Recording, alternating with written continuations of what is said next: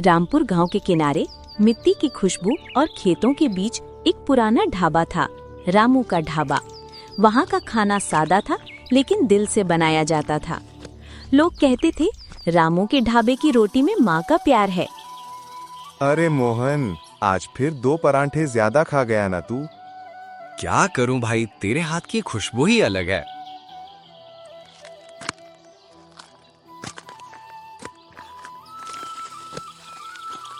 अरे रामू, नाश्ता दे यार, बहुत भूख लगी है।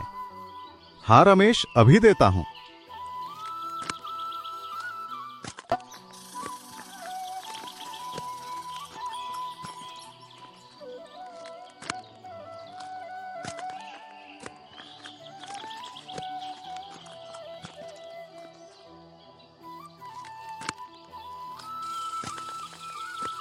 अरे रामू, तेरे हाथों में तो जादू है यार। क्या पराठा बनाया है तूने? अरे ऐसा कुछ नहीं है। अरे रामू, तू ये सा क्या इस्तेमाल करता है पराठे में कि तेरा पराठा इतना स्वादिष्ट होता है? अरे साहब, अलग तो कुछ नहीं, वो ही यूज करता हूँ जो हर लोग यूज करते हैं। रामू इतना अच्छा खाना बनाता है कि उसके ढाबे में लोगों की भीड़ रहती है।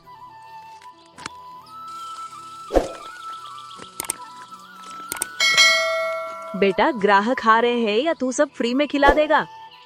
अम्मा, जो भूखा आता है उसे खिलाना ही पूजा है। रामू सिर्फ ढाबा नहीं चलाता था, वो लोगों की दिल जीतता था। रामू का सपना था कि एक दिन उसका ढाबा पूरे जिले में मशहूर हो, लेकिन ढाबा छोटा था, पैसा कम था और उधार बढ़ रहा था।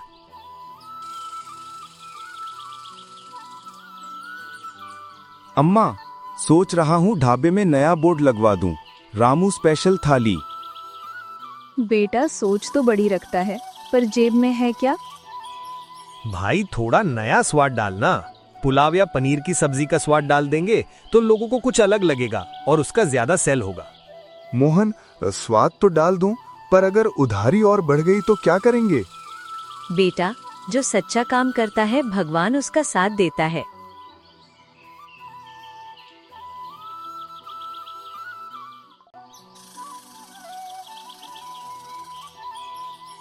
रे वाह, मिट्टी का ढाबा और कुल्हड़ की चाय।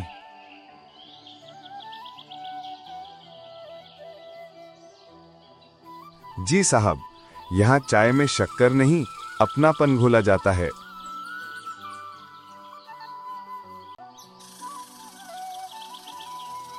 उफ, ऐसा स्वाद शहर में नहीं मिलता। अरे भाई, क्या चाय है तुम्हारी। शहर में स्वाद है पर सुकून नहीं। सही कहा, तेरे जैसे लोग ही असली इंसान हैं। राजेश ने सोचा, अगर ये जगह मिल जाए तो यहाँ होटल बना दूं।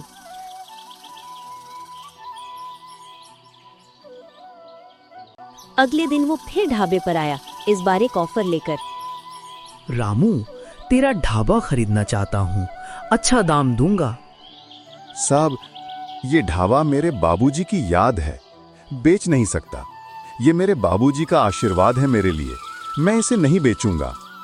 सोच ले, लाखों रुपए मिलेंगे।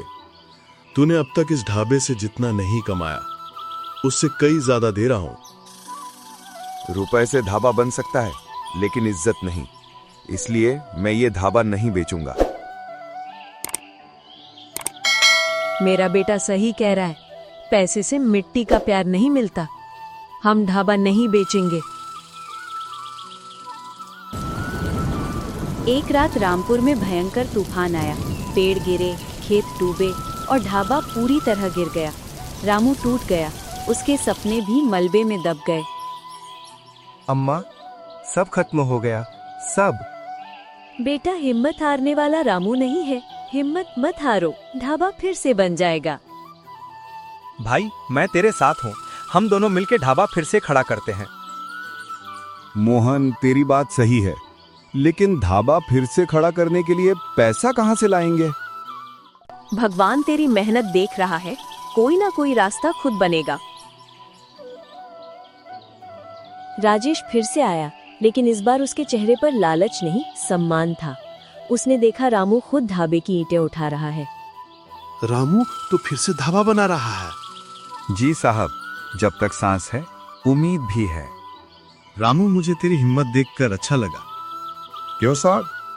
मैं अब तेरे साथ हूँ, मदद नहीं साझेदारी में। हम सब मिलकर तेरा ये ढाबा ठीक करते हैं। 3 महीने बाद ढाबा फिर से खुला। इस बार नाम था गांव का ढाबा, स्वाद अपनापन का। ढाबा सजाया गया लेकिन सादगी वही रही। लोग दूर दूर से खाने आने लगे। भाई, ये दाल में ऐसा स्वाद कैसे? इसमें घी नहीं दुआ मिलाई है भैया। मैंने कई होटल खोले हैं पर ऐसा अपनापन कभी नहीं देखा। और भाई, आज जश्न की चाय मेरी तरफ से। बाबूजी, अब आपका सपना पूरा हुआ। बेटा, मेहनत और सच्चाई कभी हारती नहीं। मुझे शहर में बहुत कुछ मिला, पर इंसानियत तेरे ढाबे से सीखी। रहा इस तरह गांव का ढाबा सिर्फ एक दुकान नहीं रहा, वो बना रामपुर की पहचान, जहां हर थाली में प्यार परोसा जाता है।